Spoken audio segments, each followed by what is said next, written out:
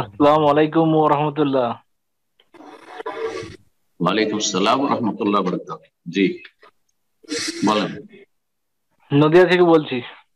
বলেন। বলছি যে নামাজের যে 14টা রুকন আছে এবং 8টি ওয়াজিব আছে, এগুলো জামাতে নামাজ পড়ার সময় কোনো একটি বা দুটি যদি মিস হয়ে যায়, তাহলে নামাজের কোনো ক্ষতি হবে কিনা এটা জানতে চাচ্ছি। এই বিষয়গুলি অনেকগুলি আলোচনা করেছি, প্রশ্ন উত্তরেও করেছি বিভিন্ন সময়। আর আমার ধারাবাহিক দর্শের যে সালাতের পদ্ধতি, সালাতের রুকন ওয়াজিব যে আলোচনাগুলি আছে, ইউটিউবে সার্চ দিলে পাবেন ইনশাআল্লাহ। তো সেগুলোতে কিন্তু বিস্তারিত আলোচনা আছে।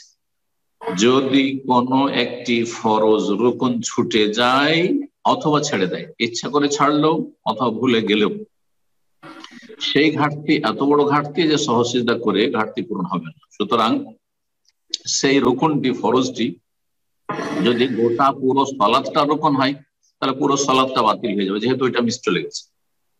যেমন তাকবীরে তাহরিমা যদি ছুটে যায়, তাহলে পুরো সালাতটা বাদ। সবকিছু এসে শেষখানে সালাম ফিরেননি, তার আগেই আপনার বায়ু নির্গত হয়ে গেছে, তাহলে পুরো সালাতটাই নষ্ট হয়ে যাবে, পুরো নামাজটাই নষ্ট। পুনরায় উজু করে এসে আপনি আবার 4 রাকাত বা 3 রাকাত 2 রাকাত যা আছে পড়বেন, আপনি পুনরায় আদায় করবেন। তকবীরে তাহরিমা বলেননি, বাকি সব কাজ করেছেন, আপনার নামাজই হয়নি। কারণ তকবীরে তাহরিমা একবার শুধু শুরুতে, পুরো আপনার নামাজটার একটি রুকুন। কিন্তু যেই রুকুনগুলি, ফরজগুলি প্রতিটি রাকাতে আছে, যেই রাকাতে রুকুনটি মিস গিয়েছে, ছুটে গেছে বা ছেড়ে দিয়েছেন, সেই রাকাতটি নষ্ট হয়েছে আপনার। সুতরাং উদাহরণস্বরূপ ধরেন, প্রথম রাকাতে বা দ্বিতীয় রাকাতে রুকু করেননি, অথবা দুটি সেজদার একটি সেজদা করেননি, পরে বুঝতে পেরেছেন যে একটি সেজদা হয়েছে, আরেকটি সেজদা ছুটে গেছে, তাহলে ওই রাকাতটা মাইনাস হয়ে যাবে। ওই রাকাতটা যেন আপনি পড়েননি, হয়নি। পক্ষান্তরে ওয়াজিব যে 8টি রয়েছে, এই ওয়াজিবের কোনো একটি যদি ভুলক্রমে ছুটে যায়, ভুলে গেছেন, তাহলে সমস্ত সেজদা দিয়ে ঘাটতি পূরণ হবে।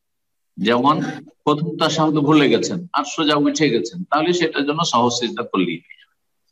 আর যদি ইচ্ছা করে ছেড়ে দেন, ওয়াজিব প্রথম তাশাহুদ ছিল, ইচ্ছা করেই ছেড়ে দিয়েছেন, তাহলে আপনার সালাত হবে না, কারণ আপনি ইচ্ছা করে ছেড়েছেন ওয়াজিব। এ হচ্ছে ওয়াজিবের অবস্থা। ওয়াজিব আর ফরজ, ওয়াজিবাত আর রুকনে ফরজ পার্থক্য, ওয়াজিবাত আর রুকনে পার্থক্য হুকুমের দিক থেকে। সুন্নাত যদি ছুটে যায় অথবা ইচ্ছা করে ছেড়ে, কেউ রফায়দান করেনি, ইচ্ছা করে করেনি অথবা ভুলে গেছে, অসুবিধা নেই, আমিন বলেইনি, কোনো অসুবিধা নেই, ইত্যাদি ইত্যাদি।